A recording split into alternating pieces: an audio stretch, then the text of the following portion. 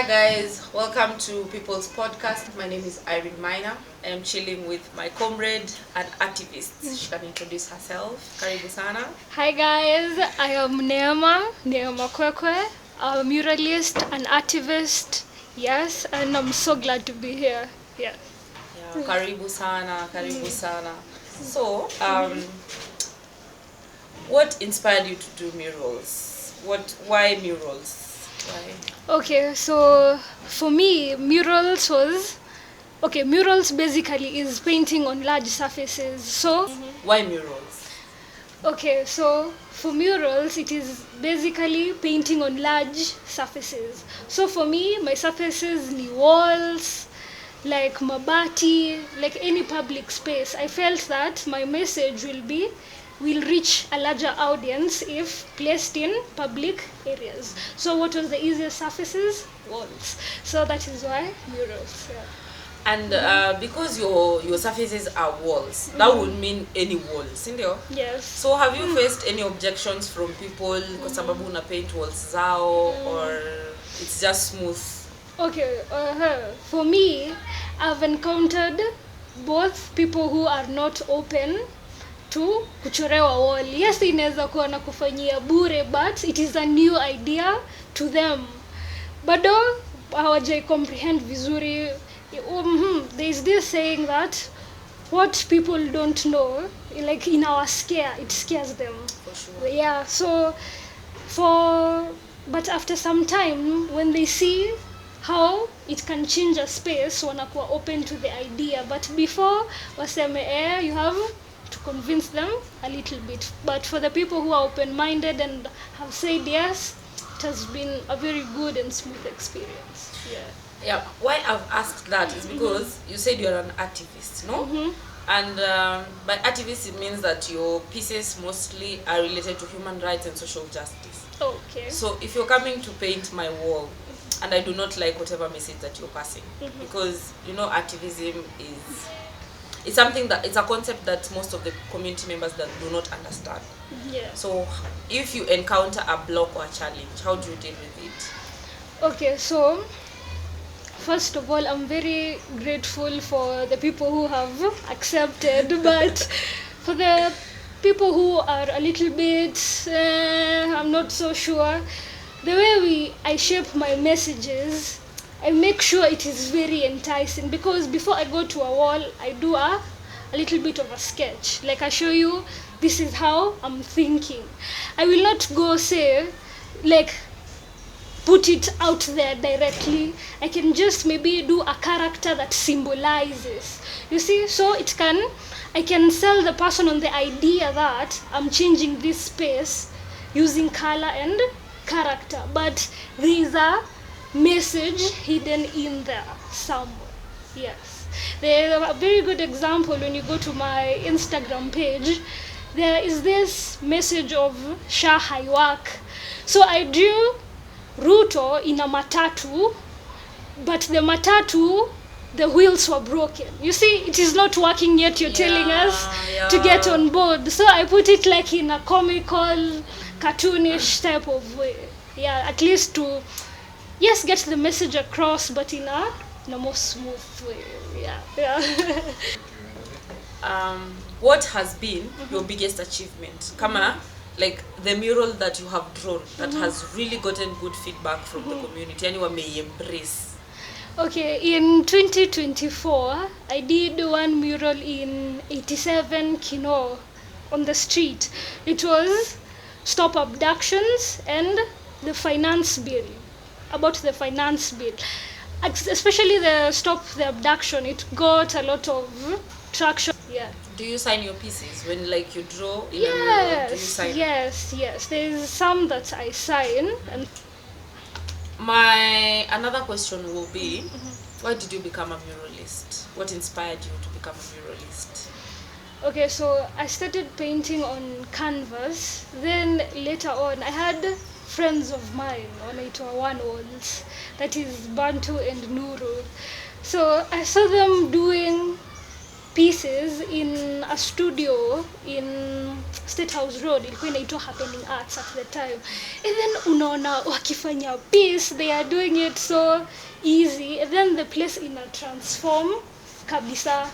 And nikaketi nikafikiria murals ina interact more na a lot of people compared na canvas. So yes, I still do canvas, but now that is for maybe my personal expression, personal style, personal experiences. But mostly when it comes to my activism work, I really relate much with the murals. Yeah. Now that you have mentioned your activism work, Yeah. what has been your biggest challenge fusing art with activism? Because you're an activist, of course, yeah? Okay. What has been your challenge? Because most of your piece, some people might deem them controversial. Okay, so for me, one challenge, apart from people not relating with the pieces, actually, there is a time my murals were vandalized. Yes, in 87 still. The first round that I did for Reject Finance Bill, Stop Killing Us, somebody came and vandalized them. Even though I never knew who it was. It feels bad, but you get up and you do it again.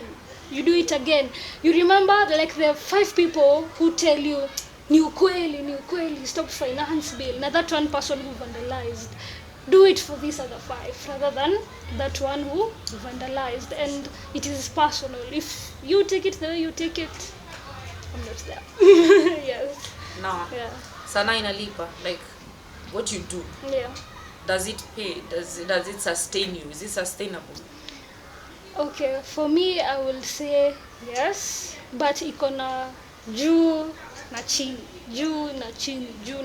Now, for an artist, I think the trick is you learn how to handle the highs so that it can maintain you during the lows. So, apart from doing art as a passion, we should learn how to monetize it. Yes, and that is a very key thing. Yeah. How has the journey been in monetizing your art? Unaanguka, unasimama, unatoa vumbi, unaendelea. You learn things as you go along the way. Yeah, that is what I can say about it. Do you think it is worth it? Yes. I'm waking up in the morning every day doing something that I love. I feel kama kazi, hata kama sometimes ina feel kama kazi, but unaamka asubuhi, unaenda unafanya kitu unapenda. Heri nichoke kufanya, na lakini ni kitu nimeifanya na roho moja. Yes. So, one more question is, you said that some of the pieces that you draw, you sign them, and some you don't. Yeah. What is the reason you don't sign the ones that you don't sign? Zingine zenye si sign, DCI. Yes, DCI, but sometimes there is that fun in the curiosity. You relate more with the piece rather than who did it. Yes. So everybody gets to imagine who did it. Sometimes when I pass by, then I'm like, mimi ndio nilichora. Mtu ako like, aya, kumbe ni wewe. So your mystery pia inafanya kuwa more exciting. Yeah. Thank you so much. What art or what mural or just what painting would you want to see in future that is not already there? There is this building pale kwa big square. Ile big square ilibomolewa tao. There was a mural hapo ya Ukraine. I would love to see a mural addressing the government hapo juu, because what they are doing is not fair. So that is a piece that I would love to see there. Would you want to be the one that paints it? Yes, but if anyone gets ahead of me, please do it for the sake of all of us. Do it for the nation. Yes, we're all in this together. Yeah.